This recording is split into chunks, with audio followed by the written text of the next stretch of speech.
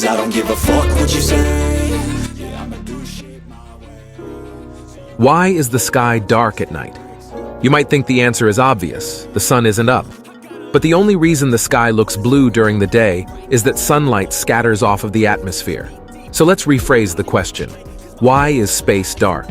Space is full of stars, countless stars, which are all about as bright as the sun. And in an infinite eternal universe, no matter what direction you picked, if you look far enough in that direction, you will see a star or galaxy. So the whole sky should be as bright as the sun, night and day. And since it's not, does the dark night sky suggest a limit where stars and galaxies cease to exist, marking an edge to the universe? The answer is not quite that simple. While it appears that space has no edge, but the universe itself might. Well, keep watching to find out more and to understand why space is dark. I'm going to ask you a question that you think that you know the answer to. But the real answer is far more strange and complex, and actually answers how we know that the universe is over 13.7 billion years old. Coincidentally, it also answers why we know that the Big Bang happened at all in the first place. The question is, if the universe is populated by endless stars, with each of those stars emitting an immense amount of light, then why is the night sky in all of space completely black?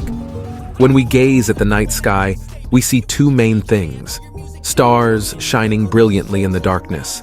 However, this celestial splendor might not be the same for everyone, especially if you live in a well-lit city where only a handful of stars are visible on a clear night. Nevertheless, the universe seems to hold an infinite number of stars, each radiating light. Some of these stars are incredibly bright, like our own sun, which is located 93 million miles away, but still generously illuminates our planet. The reason space appears black is rooted in two basic concepts: space and time.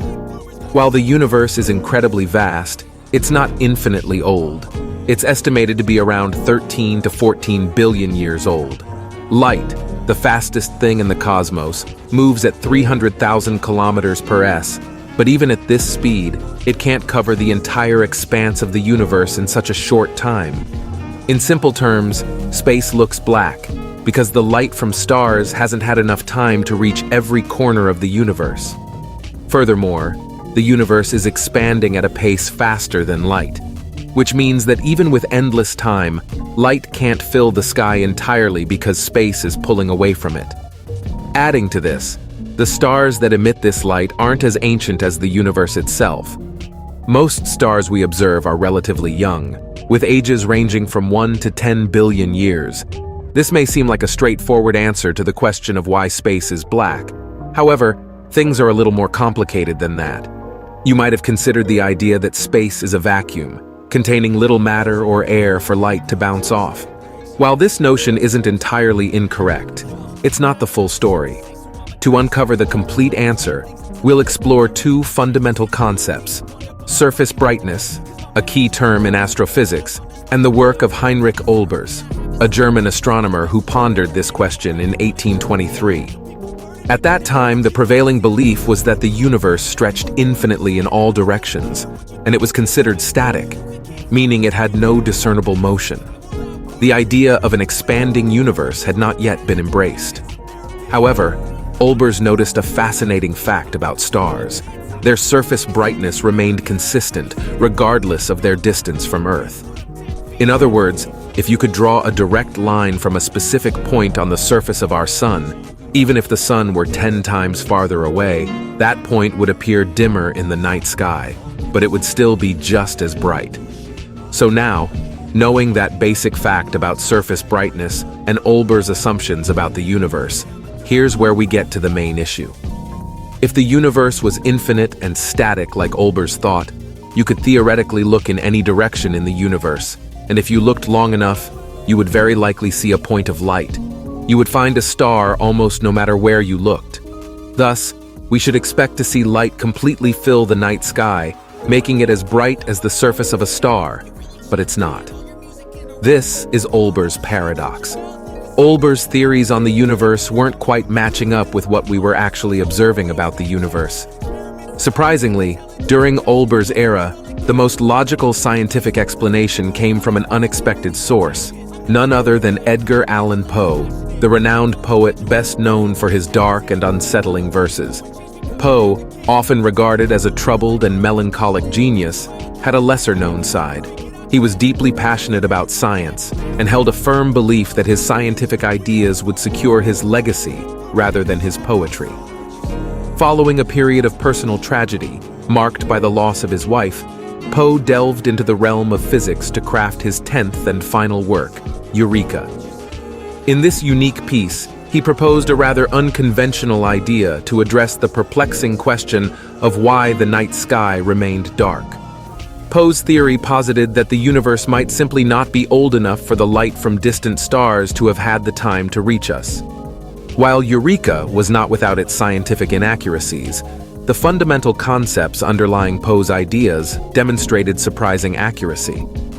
What's even more astonishing is that within the pages of Eureka, Poe put forth the notion that the universe originated from the explosive birth of a singular primordial particle.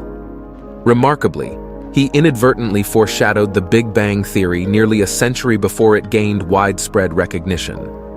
Despite Poe's eventual fame as a literary genius, his contributions to science were equally noteworthy. He realized his aspiration, as many now remember him not only for his poetic brilliance, but also for his prescient insights into the Big Bang theory and his progress toward resolving Olber's paradox. My best explanation for Olber's paradox is that we live in a dark room, so impossibly large that light has not yet had enough time to travel through it, and many of the star bulbs have already gone out. Even without using the Big Bang explanation, it can be established that the universe is finite, which would solve the Olber's paradox problem and address the question of why the sky is not entirely bright.